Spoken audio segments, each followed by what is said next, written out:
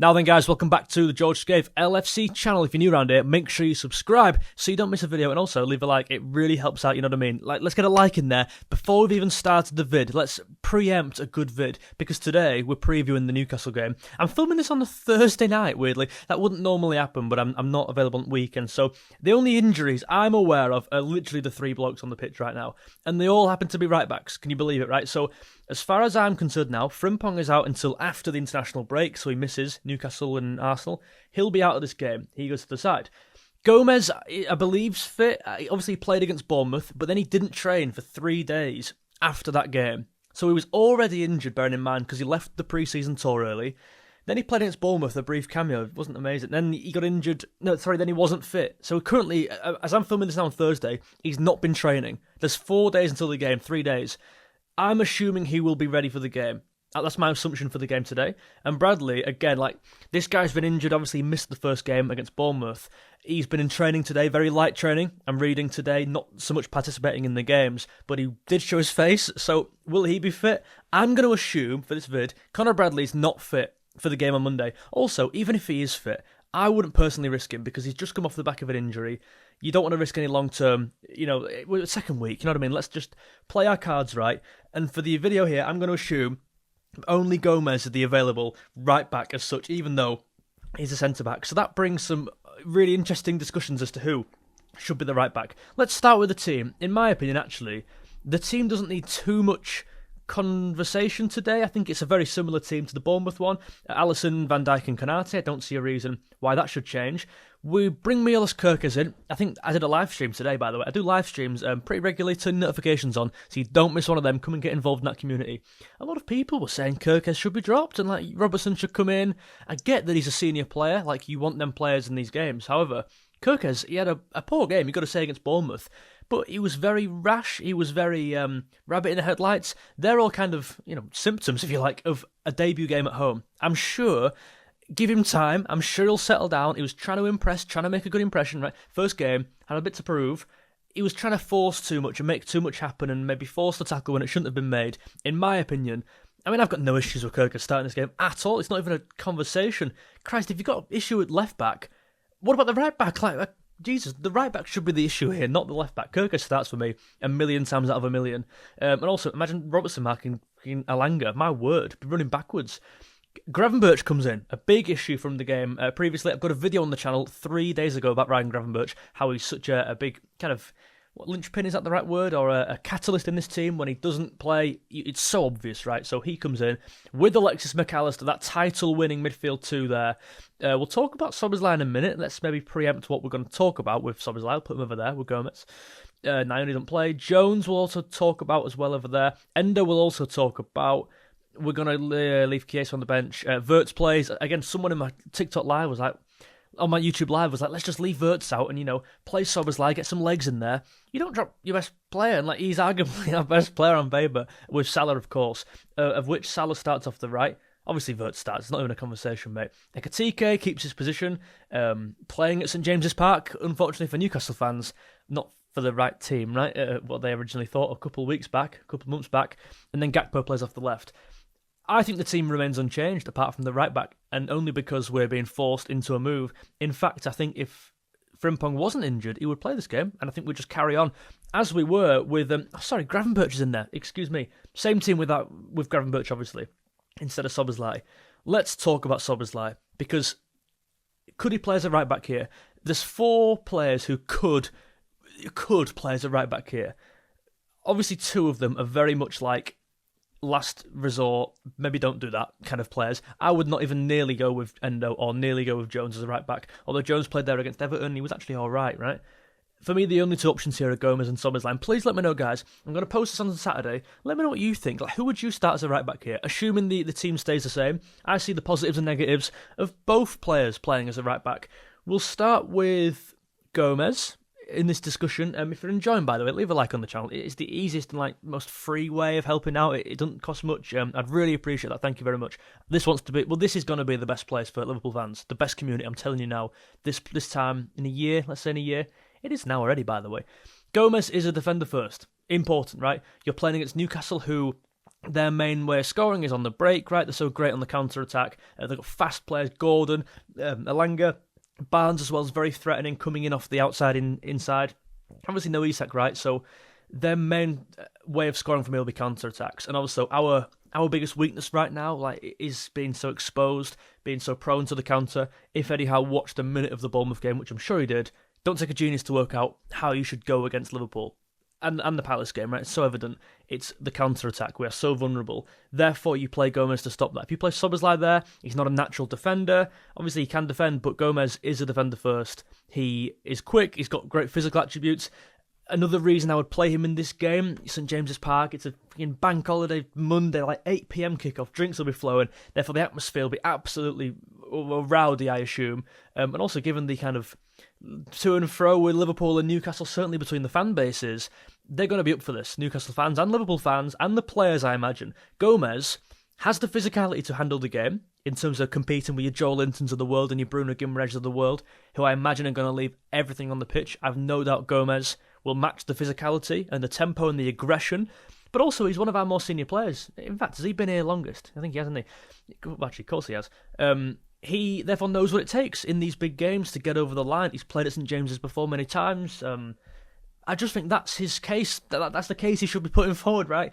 He's also obviously he's not a bad defender. He's in the Liverpool team for a reason. He's kept around. He's been around here for 10 years for a reason. He's clearly okay, right?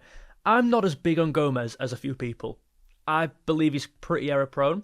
I believe he's not very consistent in two ways. One, on the pitch, and two, off the pitch. You know, he doesn't really play. He's so injury prone. When he does play, he maybe gets injured in the game, or he's not very consistent in the game. He makes mistakes. He's pretty sloppy at times, and I think that was very true with Kwanzaa as well last year. I don't know. I'm not 100% sold on Gomez, and I never have been, to be honest. But it's a shame because I really like the guy, and I saw loads of potential, but now he's like 30, or however old he is now. He's not 30, is he? He can't be 30. Oh my word. We're actually really old, aren't we? Remember when he signed? What the hell? So Gomez is your first option. Let me know, guys, in the comments if he would be your preferred option. Whilst I just take a sip of this. Look at that lovely mug, by the way. Stone Roses. Any Stone Roses fans? If there are, I've got a music channel on YouTube, George Scaife Music. If you're interested in music, give it a go. Maybe you'll like that stuff. Szoboszlai's your other shout. Immediately, you're looking at a midfielder, right? The midfield is the obvious problem here, and we're going to go back to Gomez in a second and talk about who inverts and who overlaps with Kirkes. It's an important point in that. Szoboszlai offers you more on the ball, probably offers you more off the ball, like his legs and his running power, his work rate is unmatched in this team. For me, he would come in to bulk the midfield up. You're playing against a midfield three, Joe Linton, Bruno and Tonali, likely. Physical midfielders, they run, they get into the box late. I think Szoboszlai bulking that midfield up, inverting into there, is a real asset, just in terms of another body in there. Szoboszlai's also got a bit of bastard about him in these games, and against that engine, right, that you are missing if you leave him out the team. With Gravenberch and McAllister as a two, great, loads of positives in there. It's just maybe perhaps leggy at times, maybe towards the end of the game. Maybe that's an argument for bringing Szoboszlai in, in 60, 70 minutes for a McAllister or something. I don't know. Szoboszlai offers you a bit more on the ball in terms of he's more comfortable than Gomez. He's a better ball player. He's a better ball carrier as well, in my opinion. He's got that kind of switch in him as well, that quarterback kind of ping to Gakpo, which we've been looking to do quite a lot. In fact, I mean, the Palace game, certainly. Van Dijk was the primary. Van Dijk ignited a lot of our attacks from that diagonal ball. I think Szoboszlai can do that. I see the arguments entirely. Also, probably the biggest argument, he's fully fit. Gomez isn't even fully fit, right? He's not really been training for 3 days as I'm filming this, so I don't even know if he'll be fit to play. Endo, I mean, I get bringing him on there, I guess, but I wouldn't start him, certainly. My word, he's just too slow, in my opinion. Endo's great, I love Endo, but you don't want to start him in this game for me. And then Jones is another option who, very similar to Szoboszlai, in that he's a midfielder inverting there. He'd be coming into the midfield to bulk it up. I just think Szoboszlai was more. I think he's a more, maybe not more natural right back, but I think Szoboszlai's attributes are certainly more suited to playing right back in this game of this magnitude. So I'd go Szoboszlai in there, personally. The option, say Gomez played, how do you invert, right? So we've built up in a 3-2-4, Salah in the right half space, 3-2-4-1, say that's been Frimpong, say it's been Bradley. Does it carry on with Gomez if Gomez plays? Does Gomez play as a right winger This kind of relationship with Frimpong and Salah has been really interesting this season. Does Gomez invert and like link up here? Personally, obviously, he's a centre half, right? He's not meant to be in these areas. Whilst he actually did all right when he played there against, was it Newcastle, in fact, wasn't it? Previously. Oh, that was Kwanzaa, ignore me. Completely ignore me, what I'm on about. But yeah, my point stands. He's not an attacking player at all. Szoboszlai in those areas is so much well versed. He's so much more comfortable in there. That is his bread and butter, right? At Leipzig, certainly in behind the striker, towards the right, creating in there, and he's got the legs to get back as well. So if we are going to play Gomez, I don't see a world in which you can almost go that way. I think you have to go the other way. Let's put Gomez in. So you would almost go through the left-hand side with Van Dijk going there, Konate in the middle, Gomez as a right centre-back, which I really like. Actually, as a profile, he's pretty well suited to a right centre-back, in between a centre-back and obviously a right-back, because he's quite versatile. He's played left, right, centre for Liverpool, and then you've got your midfield too. Kirkes comes in to stretch your width. Salah then is forced wider. You're kind of having to bring... What's going on here? This is looking weird in my head now. So then Wirtz have to come across. Is that right? It doesn't even look right, does it? I mean, in my opinion, it just doesn't happen because of that reason. Like, Salah's too wide. Wirtz is on the wrong side, but not his ideal side. Gakpo's too far in. Yeah, Kirk is in his best position. Van Dijk could rather in the middle as well. And obviously when it builds up in your final phase, you get something like this, which we actually might see. I mean, I wouldn't be surprised if we saw that. Kind of a 2-4-4. We've seen something similar before with Liverpool. I mean, certainly in that Carabao Cup, Community Shield, game, it was something like this at times. Your final phase of progression likes to be a 2-2-6 or a 2-3-5, doesn't it? But we've seen what happens with this two at the back against Bournemouth twice.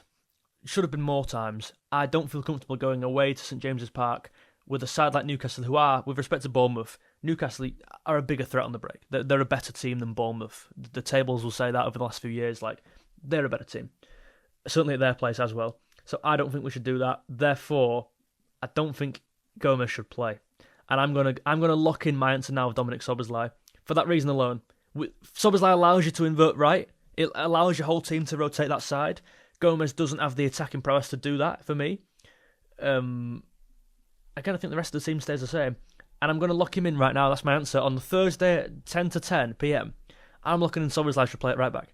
I know, maybe it's controversial, I get it. It's a bit of a hot take, in fact. I think most people will say Gomez here.